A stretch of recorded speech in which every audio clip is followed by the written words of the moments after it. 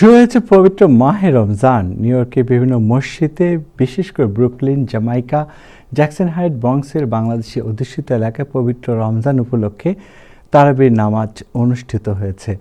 চাঁদ দেখা কমিটির নির্দেশনা অনুযায়ী প্রথম রোজার আগের রাত থেকেই জামাতে খতম তারাবি ও সূরা তারাবি আদায় করতে দেখা গেছে। সাধারণত এশার নামাজের পর শুরু হয় তারাবি। বেশিরভাগ মসজিদে খতম তারাবি পড়ানো হয়। মসজিদগুলোতে তারাবির নামাজে মুসল্লিদের উপচে পড়া ভিড় লক্ষ্য করা গেছে। পুরুষদের পাশাপাশি নারী ও শিশুদের নামাজে অংশ নিতে দেখা গেছে। তবে নারীদের আলাদা নামাজের ব্যবস্থাও ছিল।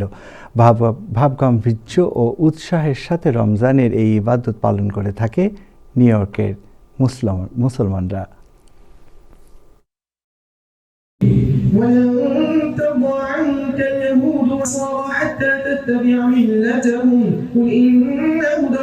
সবাইকে মাহে রমজানের শুভেচ্ছা। আজকে আমরা পবিত্র মাহে রমজানের প্রথম তারাবি আদায় করলাম আমাদের হযরত বেলাল মসজিদের পক্ষ থেকে এবং আমাদের কমিউনিটি থেকে।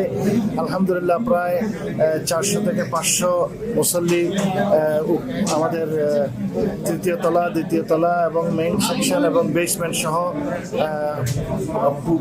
পূর্ণ হয়ে যায় এবং আমাদের মা বোনেরাও দ্বিতীয় তলায় মা বোনেরা ভরে যায়।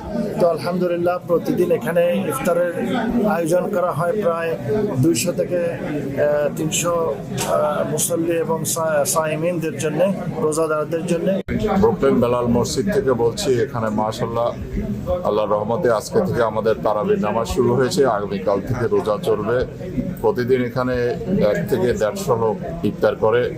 কখনো কখনো আরো বেশি হয়, 200-300 লোকও হয় যদি কোনো অর্গানাইজেশনের পক্ষ থেকে ইফতার হয়।